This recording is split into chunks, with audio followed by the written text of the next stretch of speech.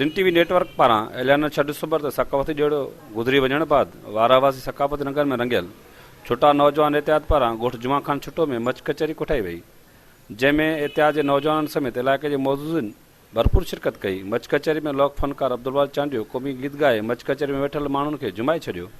Much कचहरी में आयल महिमाननि सकाफती अजरक टोपी जा तोहफ़ा ॾिना विया, सकाफती खाधा पिण खाराया विया। असांजा हर नौजवान नंढा वॾा पंहिंजा अछा वेस पायूं, अजरक पायूं, टोपी पायूं, असां घुमंदा फिरंदा था वठूं। असां अॼु वॾो हिकु ईद जो ॾियारो असांखे महसूस थो थिए पियो। सिंध टीवीअ जे प्लेटफॉर्म तां इन्हनि पंहिंजे हक़नि जेके उजागर कयो आहे, असां उन्हनि खे भलीकार चवंदासीं। ऐं सिंध टीवीअ जी जेके कोशिशूं वधियूं आहिनि ऐं असां पंहिंजा बेट सिंध जो मिल्कियत आहे, सिंध जो हक़ु आहे, पंहिंजी जानियूं ॾींदासीं।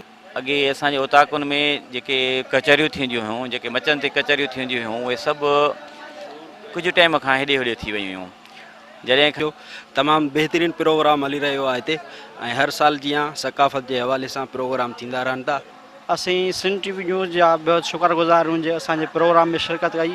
हे ॻोठ जुमा खान में प्रोग्राम करायो आहे असीं मच कचहरी जो। कैमरामैन इरफान सुमरो सां गॾु असगर मिरासी, सिंध टीवी न्यूज़ वारा।